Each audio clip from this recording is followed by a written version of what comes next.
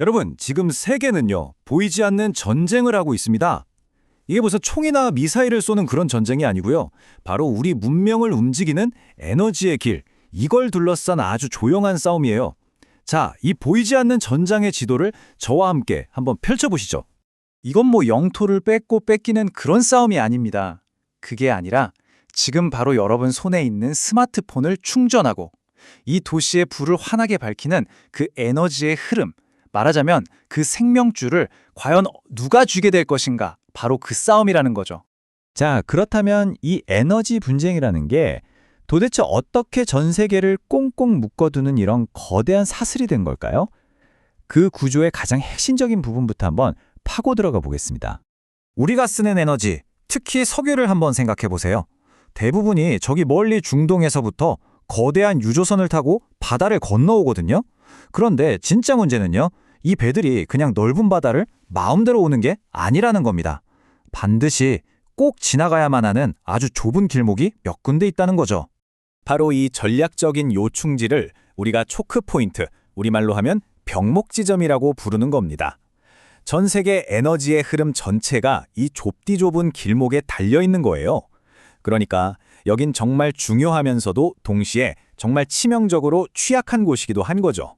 이 화면을 보시면 딱 감이 오실 거예요. 예를 들어서 저기 호르무즈 해협 같은 초크 포인트가 딱 하나만 막혀도 와, 이건 뭐 상상할 수 있는 최악의 교통정체처럼 전 세계 에너지 흐름이 그냥 올스톱 되는 겁니다. 한번 막혔다 하면 대체할 길도 거의 없고요. 그 충격은 뭐 바로 오는 거죠. 이런 글로벌 병목 현상, 이게 특히 우리나라처럼 에너지 수입 의존도가 아주 높은 나라한테는 정말 치명적일 수밖에 없겠죠. 그런데 말이죠, 문제가 저 멀리 바다 위에서만 끝나는 게 아닙니다. 진짜 위기는 우리 바로 안에도 있어요. 바로 두 번째 병목 현상입니다. 우리 대한민국은 아시다시피 에너지의 거의 대부분을 밖에서 사와요. 그 말은 뭐냐? 우리는 항상 이 외부 리스크라는 정말 아슬아슬한 웻줄 위를 걷고 있는 거나 마찬가지라는 뜻입니다. 자, 이 숫자 한번 보세요. 90%. 이게 정말 모든 걸 말해주는데요. 우리가 중동에서 가져오는 원유의 무려 90%가 딱 한 군데, 바로 저 호르무즈 해협을 통과한다는 겁니다. 만약에 저기가 막힌다? 그럼 대한민국의 산업 심장이 그대로 멈춰버릴 수도 있다는 얘기가 되는 거죠. 그런데 더 큰 문제가 뭔지 아세요? 그렇게 어렵게 위험을 무릅쓰고 들여온 에너지가 정작 우리 집 문 앞에서 막히고 있다는 거예요. 이게 바로 두 번째 병목, 국내 전력망의 문제입니다. 자, 에너지가 무사히 항구에 도착했어요. 그럼 이제 안심해도 될까요? 천만에요.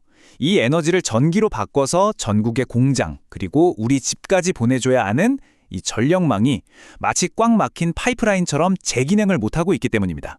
왜냐? 송전탑 하나 세우려고 해도 몇 년씩 걸리는 인허가 절차, 끊이지 않는 민원, 그리고 온갖 규제들이 겹겹이 쌓여서 길을 막고 있는 거예요. 결국 이게 지연이라는 또 다른 내부의 병목을 만들어내는 거죠.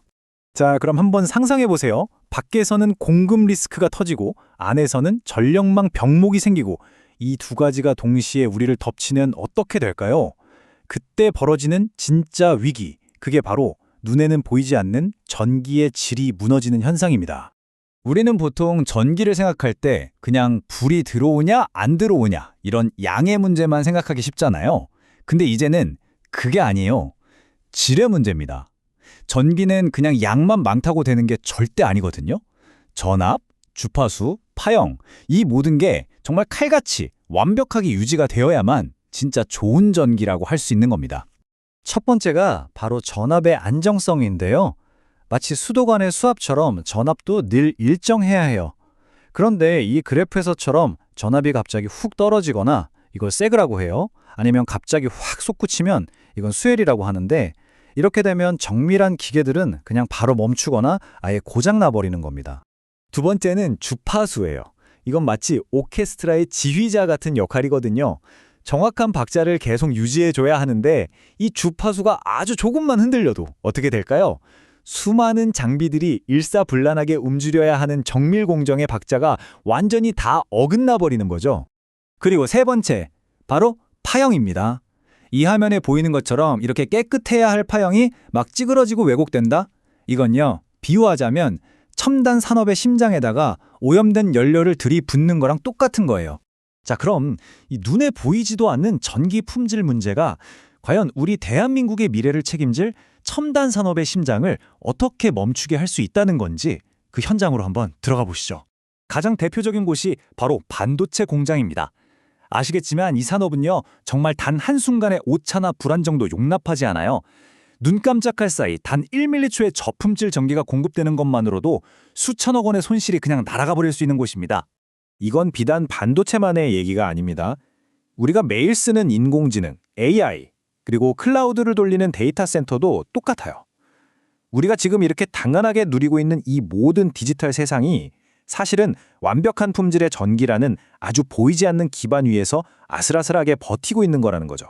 그러다 단 한순간, 정말 아주 찰나의 순간에 전기 불안정이 발생하면 모든 것이 멈춥니다. 빛이 사라지고 산업이 정지하고 지금 보시는 이 검은 화면처럼 도시 전체가 그냥 멈춰버리는 겁니다. 자, 그럼 정지를 한번 해볼까요?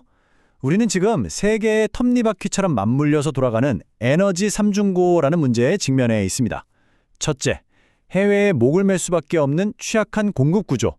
둘째, 에너지가 들어와도 전달하지 못하는 전력망 병목.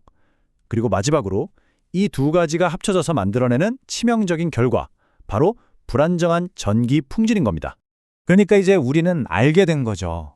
에너지 문제가 단순히 전기를 얼마나 많이 만드냐 이런 발전량의 문제가 아니라는 걸요. 공급 구조, 전력망 구조, 그리고 궁극적으로 전기의 질까지 이 세 가지가 동시에 맞물려 돌아가는 우리에겐 그야말로 생존의 문제라는 겁니다. 365일 24시간 내내 단 한순간도 끊임없이 높은 품질의 전기를 공급하는 것. 이 가장 기본적인 조건을 만족시키지 못하면 그 어떤 미래 산업도 우리나라에서는 성장할 수가 없습니다. 그렇다면 이렇게 복잡하게 얽혀버린 실타래, 과연 우리는 어떻게 풀어야 할까요? 다음 시간에는 바로 이 삼중고를 풀 수 있는 열쇠로 주목받고 있는 기술이죠. 소형 모듈 원자로, SMR이 과연 어떻게 차세대 에너지 구조를 만들어낼 수 있을지 그 가능성을 깊이 파헤쳐 보겠습니다. 미래는 이 보이지 않는 전쟁에서 이길 준비가 된 자에게만 기회의 문을 열어줄 겁니다.